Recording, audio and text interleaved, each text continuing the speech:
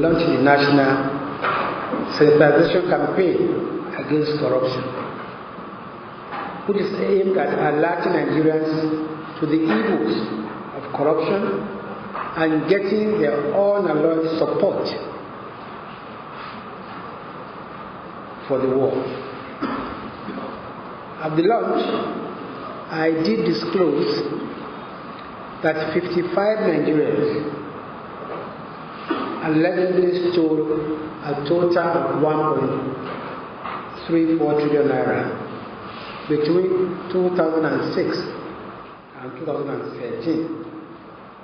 I also said if only we could cover just 1/3 of the looted funds, we were able to construct 635 kilometers of dual carriageway, build 183 schools, educate 3,974 children from primary to tertiary level at the cost of 2.5 million, at the cost of 25,240,000 per child. In addition, we want to build 20,062 units of 2-bedroom flats and build at least one ultra-modern hospital in each of the 36 states of the Federation. Thanks to you all, the story of the campaign launch made headlines within and outside Nigeria to such an extent that the U.S. Secretary of State, Mr. John Kerry, included it in his speech at this year's World Economic Forum in Davos, Switzerland, a development that is widely seen as an acknowledgement of the anti-corruption fight of this administration. When I met with the news and political editors in Lagos on Sunday, I said, among other things, that the government is aware that in fighting corruption, corruption will also fight back. I also said that those who stole us dry are powerful. They have newspapers, they have radio and television stations, as well as online platforms. And they have an army of supporters who are continuously deriding the government's war against corruption. Well, I can tell you today that corruption is already fighting back, and they are fighting hard and dirty. Sponsored articles have started appearing in newspapers and in social media, while talking heads have started making the rounds in the electronic media, all deriding the fight against corruption as well as administration.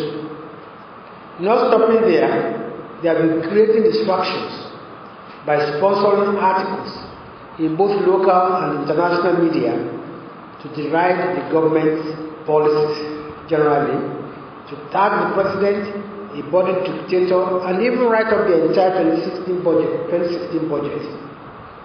We know that the sole purpose of these attacks is to distract attention from the war on corruption.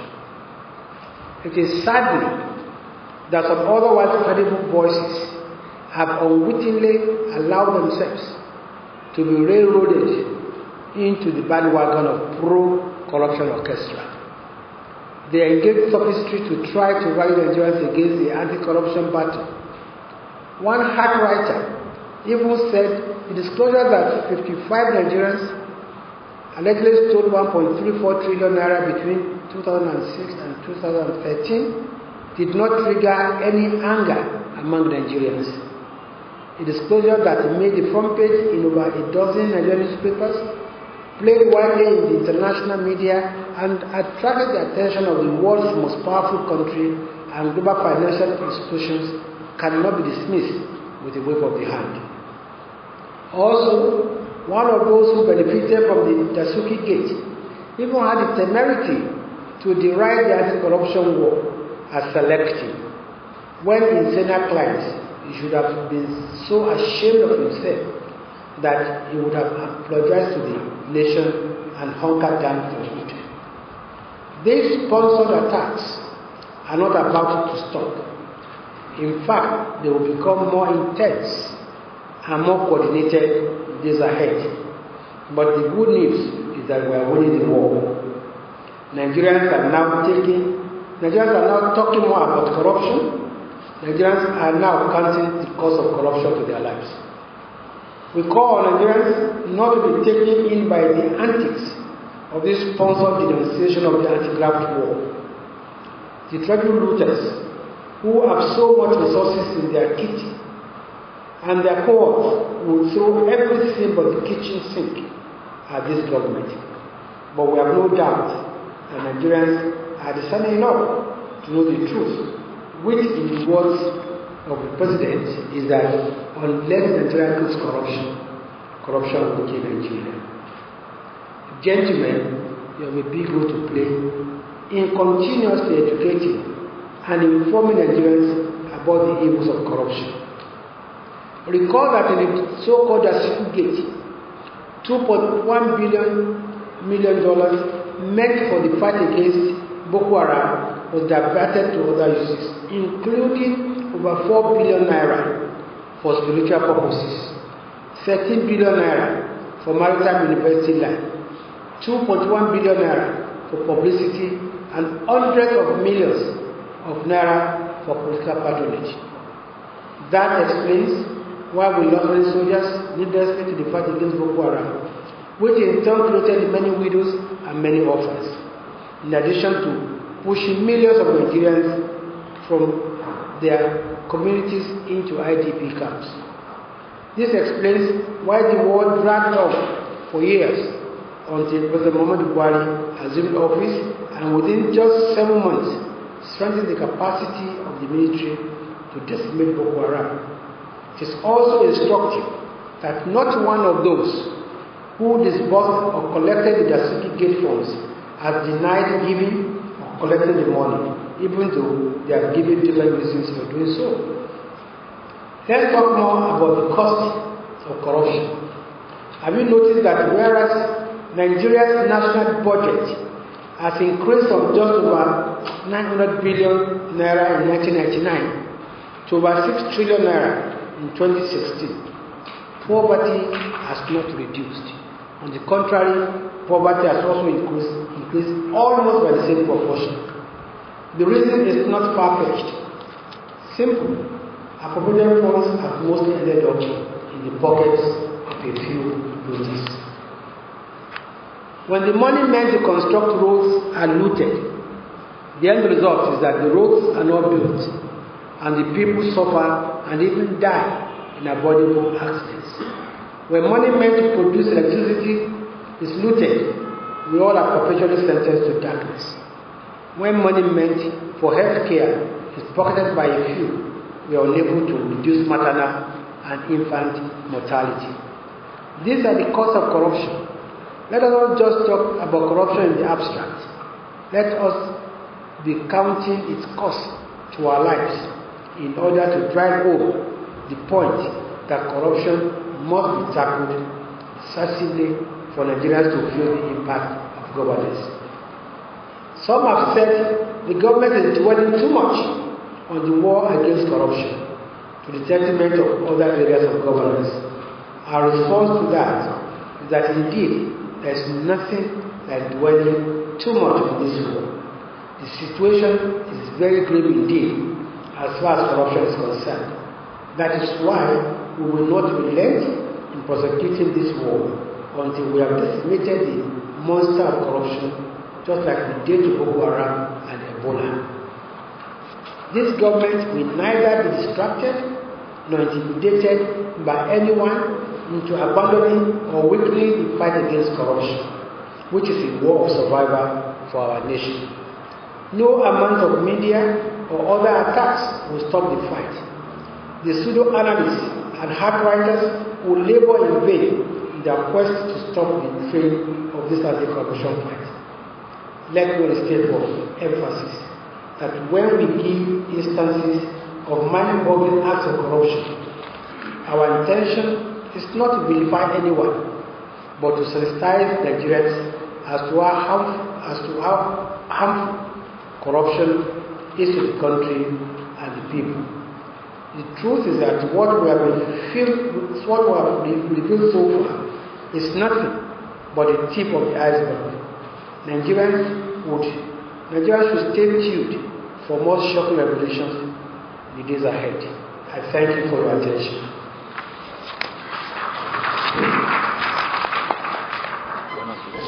Once more, thank you. Can we all now rise for the next?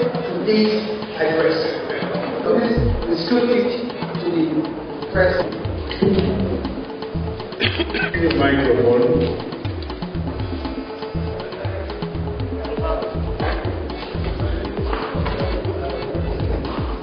People have said that the president said if we follow the rule of law, as it just asking to return money and there's not going to be Government not obeying. If a man is charged for offense A, further charged for offense B, you are not going to ask people again, what is human rights of those 55 people? But again, it's very clear we do not disobey court orders. The case of that person was especially on kind of like Nigeria who stole such huge amount of money. Why are they of publishing the names of those public office holders who stole over 1 trillion naira, as you mentioned? I answered this question a long time ago. You were here. If only people can be creative, for God's sake, go to EFCC, go to the courts, and find out those who are charged between 2006 and 2013. I went further in clarification. I said you find out that when these accused persons are high-profile people, it takes a minimum of 7 years to infinity to prosecute them. Whereas when they are low profile, they are convicted as fast as within 34 days. You see, my role as source of information is to inform you. Your role is to investigate and say is Mr. Mohammed lying or not. Thank you. Editor of the Authority on Sunday. Do we have any intention also? Because we know that for everything that is happening, it was something that we are talking about. Development 2006. Thank you. Think of people. For too long, we've never think of it for what it is. For too long, we've not been able to quantify the cost of corruption to our lives. And this is why this particular campaign is to sensitize Nigerians to the cost of corruption to our lives. I'm happy that today people are discussing this. So we have achieved one of the things we set out to achieve, which is to sensitize Nigerians that corruption is a real cancer. Two, on the issue of judiciary, if you remember even at the last press conference here, I did say that we are appealing to everybody, including lawyers and judiciary, to see that this is a national campaign. And I can assure you that we have made a presentation and the judiciary is ready and willing to cooperate with us. On our own part, we hope that as soon as the addition of criminal justice law is put into is actualized, it will cut down the length of time that it takes now to prosecute cases. Because under that law, I think we only have the maximum of 2 adjournments for any criminal case. So yes, we know that judiciary is very important. We are reaching out to them, and we are putting to them. We also know that there are constitutional reforms that need to take place and working on them. But we start from 2006, 2013. I'll explain why. When in 1999, when the Constitution came into being, the EFCC had not been created. The EFCC was actually created, I think, 2002 Act. So it really didn't come into operation about 2004. People are not being charged to court until about 2006. That explains why my cut-off point was 2006, because I wanted to be sure that the facts I'm giving out are facts which you can check and which are documented. And our research document at 2013 does not include 2014, 2015, That's why I said that when we make subsequent revelations, you will be more shocked than you are now. Because we started hearing stories about people. On that, the president also confirmed that some people returned money and CBN will publish those lists or release by the list of people. We will get information on ordinary asset declaration from banks to ask whoever who has come, how many people have come to the place. So, if not for the press, since you have started those to you see your meeting? Let me tell you this. Can be made available to you at the moment. If in the US you classify some information which you declassify later.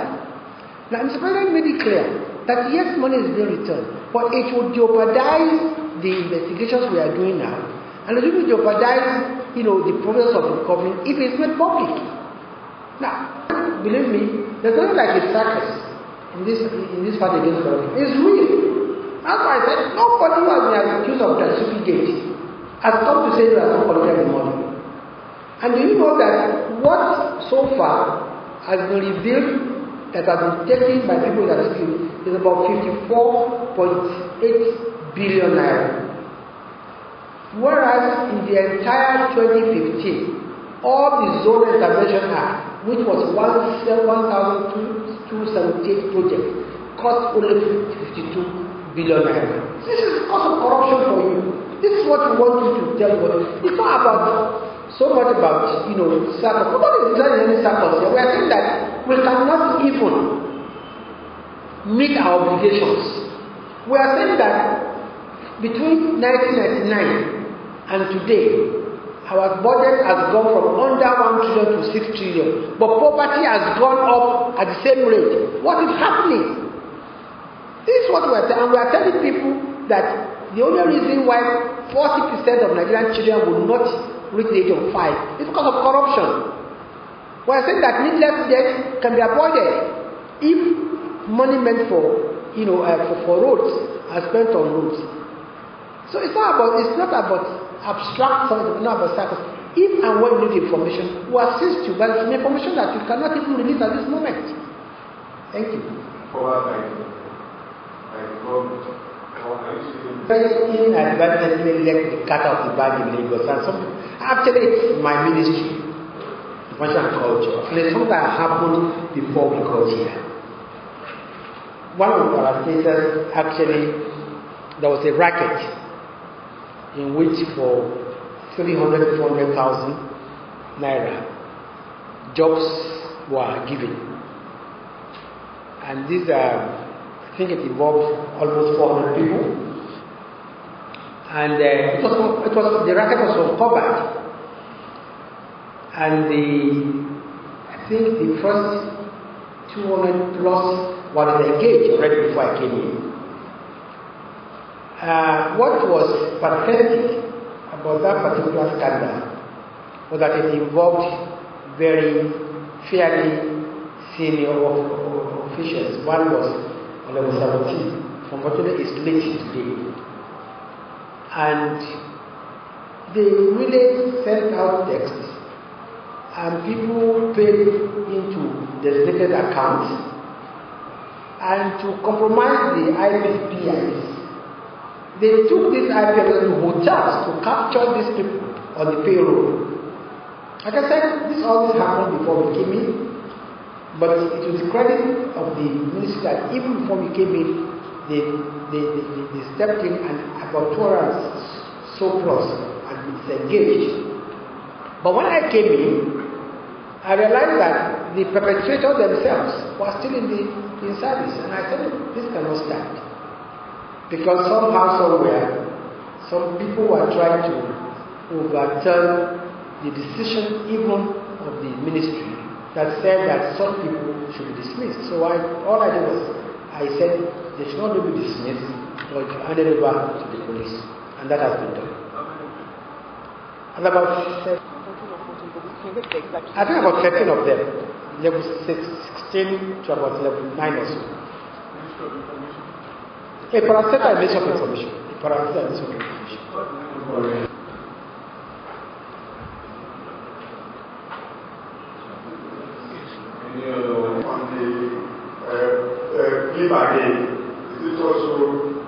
somebody withdraw money and can go free. Do you buy into that also?